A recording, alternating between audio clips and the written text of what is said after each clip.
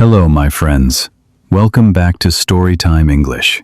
I am so glad you are here with me today. Take a deep breath, let your shoulders relax, and let this story carry you somewhere extraordinary to the moment when one word changed everything. Now, imagine a child. She is 6 years old. She cannot see. She cannot hear. She lives in a world of complete darkness and complete silence. She has never heard a human voice. She has never seen her mother's face. She does not know what words are. She does not even know that words exist. She is angry. She screams. She hits. She throws things. She grabs food from other people's plates and eats with her hands. Her family loves her, but they do not know what to do. They feel sorry for her, so they let her do whatever she wants. The house is chaos. No one can reach her. She is locked inside herself, like a person standing alone in a dark room with no doors, no windows, and no way out. And then, one day, a young woman walks up to the front door of the house. She carries a small suitcase. She is 20 years old. She is half blind herself. She has come from a school far away, and she has one job: to teach this wild, angry child to communicate. What happens next is one of the most extraordinary stories in the history of the human mind. The child's name was Helen Keller. The young woman's name was Annie Sullivan. And together, they would show the world what is possible when someone refuses to give up. Stay with me, because this is a story about the moment a mind wakes up. The year was 1880. On the 27th of June, a baby girl was born in a small town called Tuscumbia, in the state of Alabama, in the American South. Her name was Helen Adams Keller. Her father, Arthur, was a newspaper editor and a former army captain. Her mother, Kate, was a kind, intelligent woman. Helen was a healthy, happy baby. She smiled early. She spoke her first words early. She took her first steps before she was 1 year old. Everything was normal. Everything was fine. And then, when Helen was 19 months old, she became very sick. The illness came suddenly, a high fever that lasted for days. The doctors did not know exactly what it was. Some believe it was scarlet fever. Others think it was meningitis, an infection of the brain. Whatever it was, the fever burned through her tiny body. Her parents thought she would die. She survived. But when the fever left, it took something with it. Helen could no longer see. Helen could no longer hear. At 19 months old, not even 2 years old, the world went dark, and it went silent. At the same time, think about that for a moment. Close your eyes, cover your ears. Now imagine that you can never open them again. You can never uncover your ears. A baby who had just begun to see the faces of the people she loved, who had just begun to hear their voices, who had just begun to say her first words, suddenly cut off from everything. No light, no sound, no words, nothing. At first, Helen's parents did not fully understand what had happened, but as the months passed, it became clear. Helen stopped speaking. The words she had begun to learn disappeared. She could not hear her mother calling her name. She could not see the hand reaching toward her. She was alive, but she was trapped inside a body that could not connect with the world. As Helen grew older, she became more and more frustrated. And who could blame her? Imagine wanting something, a glass of water, a toy, your mother's attention, and having no way to ask for it. No words, no signs, no way to make anyone understand what you need. Helen developed a few simple signs. She could nod for yes and shake her head for no. She could pull someone's hand to show what she wanted. But these were crude, basic gestures. They were not language. She could not express an idea, ask a question, or share a feeling. She was intelligent, deeply intelligent, but her intelligence had no way out. By the time she was 5, her frustration had turned into rage. She threw terrible tantrums, screaming, kicking, breaking dishes. She once locked her mother inside a room and hid the key. She pinched and hit the people around her. Her relatives suggested sending her to an institution, a place where people with disabilities were kept, often in terrible conditions. Her parents refused. They loved her. But they were running out of ideas. Then Helen's mother read something that gave her hope. She read a book by Charles Dickens about a deaf and blind girl named Laura Bridgman, who had been taught to communicate at a school in Boston. If it had been done once, perhaps it could be done again.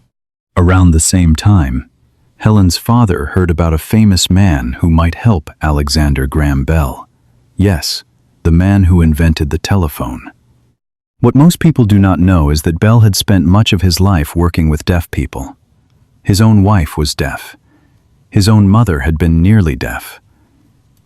Helping deaf people communicate was one of the great passions of his life. The Kellers traveled to meet Bell. He was kind to Helen. He let her sit on his lap and feel the vibrations of his pocket watch. Helen liked him immediately. Bell listened to the family's story, and he told them to write to the Perkins Institute for the Blind in Boston. The school might be able to send a teacher. The school sent Annie Sullivan. Annie arrived at the Keller home on the 3rd of March, 1887. Helen was 6 years old. Annie was 20, barely more than a child herself, and Annie had her own painful story. She had grown up in a poorhouse, a terrible place for people who had no money and nowhere to go. Her mother had died when she was young. Her brother had died in the poorhouse. Annie herself had been nearly blind for most of her childhood, until a series of operations partially restored her sight. She knew what it was like to live in darkness.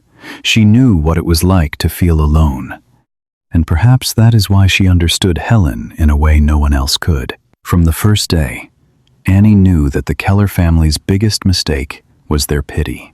They felt so sorry for Helen that they let her do anything, eat from anyone's plate, throw food on the floor, hit people without consequences. Annie understood that Helen was not a helpless creature. She was a brilliant mind, locked inside a prison of silence and darkness, and the key to that prison was discipline and language. The first weeks were a war. Annie insisted that Helen sit at the table, use a spoon, fold her napkin. Helen fought back with fists and screams. She hit Annie in the face. She knocked out one of Annie's teeth, but Annie did not give up. She was as stubborn as Helen, maybe more. And while she fought the daily battles, Annie began doing something else. She began spelling words into Helen's hand. Using a manual alphabet, pressing letters one by one into Helen's palm with her fingers, Annie spelled the names of everything Helen touched. D-O-L-L when Helen held a doll. C-A-K-E when Helen ate cake. W-A-T-E-R when Helen drank water. Helen could feel the letters. She could even copy them, but she did not understand. To her, the finger movements were just a game, a pattern with no meaning. She did not make the connection between the letters in her hand and the things she was touching. She did not know that everything in the world had a name. For weeks, Annie tried. For weeks, Helen did not understand. It was exhausting. It was heartbreaking. Annie began to wonder if she was failing. And then came the morning of April 5th, 1887. Annie took Helen outside to the water pump in the garden. She put Helen's hand under the spout and began pumping water. Cool, clear water flowed over Helen's hand. And as the water ran over one hand, Annie spelled into the other, W-A-T-E-R. Again, W-A-T-E-R. Again and again. W-A-T-E-R. And something happened. Helen stopped. Her face changed. Her whole body went still. She dropped the mug she had been holding. She stood there, frozen, as the water poured over her fingers and the letters pressed into her palm. She understood. The thing flowing over her hand was called W-A-T-E-R, The letters in her palm were not a game, they were a name. And not just this thing, everything had a name. The pump had a name. The ground had a name. The air had a name. The person standing next to her had a name. Teacher. Helen fell to the ground and touched the earth. She wanted to know its name. Annie spelled Ground. Helen pointed to the pump. Annie spelled Pump. Helen pointed to Annie. Annie spelled Teacher. Helen turned in every direction, touching everything she could reach, pulling Annie along, demanding to know the name of every single thing. By the end of that single day, she had learned 30 new words.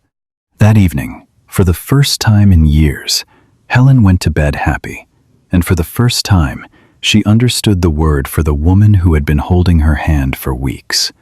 Teacher. Annie Sullivan later wrote about that moment. She said it was as if Helen's mind had been waiting behind a locked door, and the word WATER was the key. Once the door opened, everything came flooding in. Can you feel the power of that moment? For nearly 5 years, Helen had lived in a world without names, without language, without any way to connect her thoughts to the world outside her body. And in one instant, at a water pump, on a spring morning in Alabama, the wall came down. Language rushed in like a flood, and everything changed. From that day on, Helen learned at an astonishing speed. She was hungry for words the way a starving person is hungry for food. She learned the names of everything in the house. Then, the garden. Then, the town. She learned to read using Braille, a system of raised dots that she could feel with her fingers. She learned to write using a special typewriter. She learned to read people's lips by pressing her fingers against their mouths and throats. And then she did something that even Annie thought might be impossible. She learned to speak. This was the hardest thing of all. Helen had never heard a human voice. She could not hear her own voice. She had to learn to form sounds purely by touch, by placing her fingers on her teacher's throat and lips and trying to copy the vibrations. The process was slow and painful. Her speech was never perfectly clear, but she could be understood. The girl who had been locked in silence was now speaking out loud.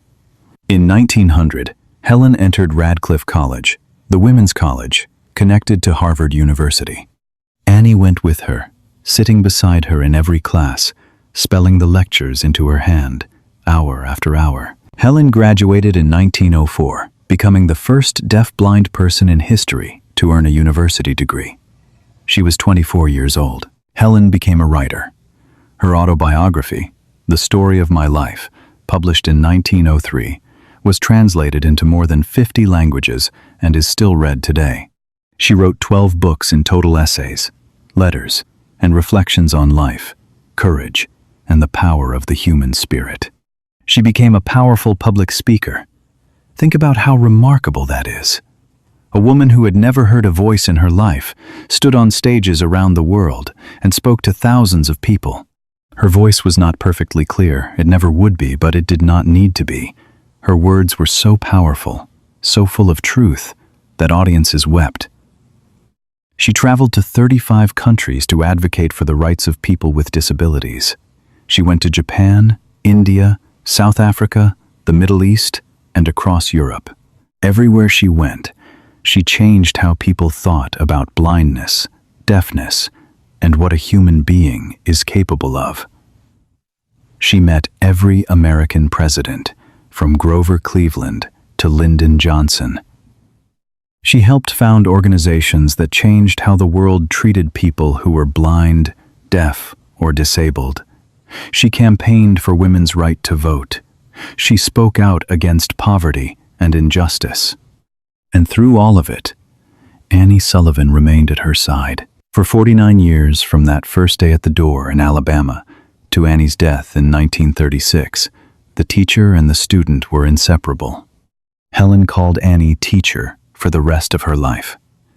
When Annie died, Helen said she had lost the person who had given her the world. Helen lived on for another 32 years. She continued to write, to travel, and to speak. In 1964, President Lyndon Johnson awarded her the Presidential Medal of Freedom, the highest honor a civilian can receive in the United States. She was 84 years old. Helen Keller died on the 1st of June, 1968, at the age of 87, just weeks before her 88th birthday. She had lived through 2 world wars, the invention of the airplane, the rise of radio and television, and the beginning of the space age. She had been born in a world that believed blind and deaf people could not be educated, and she died in a world that she had personally helped to change. Her ashes were placed next to Annie Sullivan's at the National Cathedral in Washington, D.C., together again, just as they had been in life. And so, my friend, the story of the girl who lived in darkness and silence comes gently to its close. Helen Keller could not see the world. She could not hear it. For nearly 5 years, she could not even name it. But one word, W-A-T-E-R, cracked open the wall. And through that crack, language rushed in. And language gave her everything: thought, connection, purpose, and a voice that the whole world would hear. And you, my friend, know something about what Helen felt at that water pump. You are learning a new language. You know what it feels like when a word suddenly makes sense, when a sentence that was noise becomes meaning, when a sound becomes an idea. Every time that happens, you are having your own water pump moment. The wall cracks a little more, and the world gets a little bigger. Helen once wrote, "The best and most beautiful things in the world cannot be seen or even touched. They must be felt with the heart." You are feeling your way forward, one word at a time, and that is enough. Keep feeling, keep learning, keep finding your voice. This is Storytime English. Tell me, my friend, what part of Helen's story touched you the most? Was it the child screaming in the dark, the moment at the water pump, or the teacher who never gave up? Leave a comment below. I am always curious to hear from you. There are many more stories waiting right here, and I will be here when you come back. Until next time, take care of yourself and never stop learning.